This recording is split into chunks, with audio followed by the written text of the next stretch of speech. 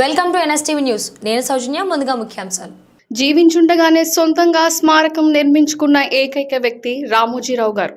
మరణం ఒక వరం, నాకు చావు అంటే భయం లేదు అని చెప్పి చూపించారు.